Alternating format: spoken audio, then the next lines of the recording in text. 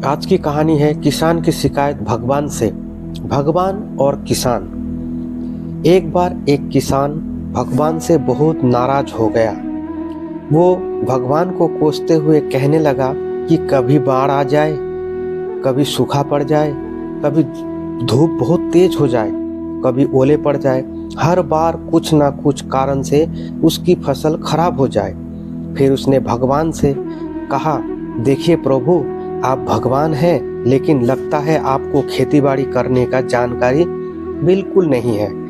आपसे एक प्रार्थना है, 2 साल मुझे मौका दीजिए, जैसा मैं चाहूँ वैसा ही मौसम हो। फिर आप देखना मैं कैसे अन्न के भंडार भर दूंगा। भगवान मुस्कुराए और कहा, ठीक है, जैसा तुम चाहोगे वैसा ही मौसम होगा, मैं दखल नहीं दूंगा। किसान ने धान की फसल बोई। जब धूप चाही तब धूप मिली, जब पानी तब पानी। तेज धूप, ओले, बाढ़, आंधी तो उसने आने ही नहीं दी।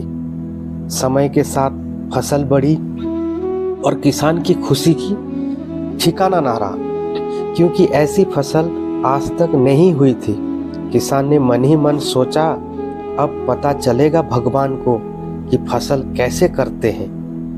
बेकार ही इतने सालों से हम किसानों को परेशान करते रहे। फसल काटने का समय भी आ गया।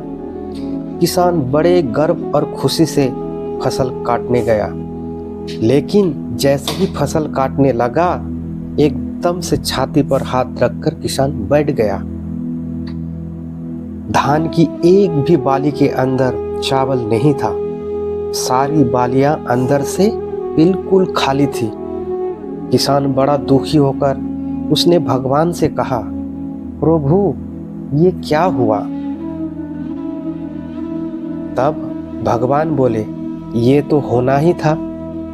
तुम पौधों को संघर्ष का जरा सा भी मौका नहीं दिया। न तेज धूप में उनको तपने दिया, न आंधी ओलों से जूझने के लिए दिया। उनको किसी प्रकार का चुनौती का एहसास जरा भी नहीं होने दिया। इसलिए सब पौधे अंदर से बिल्कुल खोखले रह गए।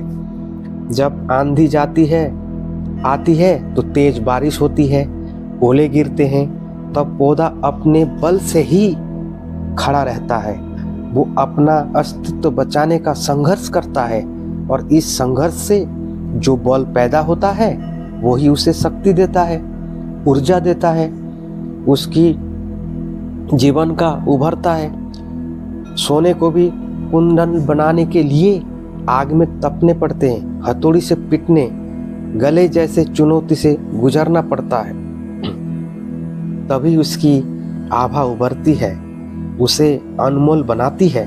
भगवान की ये बात सुनकर किसान को अपना गलती का एहसास हो चुका था कि भगवान जो भी कुछ करते हैं वो हम सभी इंसान के भलाई के लिए ही करते हैं। बस इस तरह वो किसान भगवान को पुनः फिर से पहले जैसा करने को विनती किया, और इस तरह किसान फिर से दोगुनी मेहनत के साथ अपने खेतों में मेहनत करने लगा और सब कुछ भगवान के भरोसे छोड़ दिया कि भगवान जो भी करता है वो अच्छा ही करता है। आज की स्टोरी यहीं समाप्त। चैनल को सब्सक्राइब करना, स्टोरी अच्छा लगे तो कमेंट्स करना।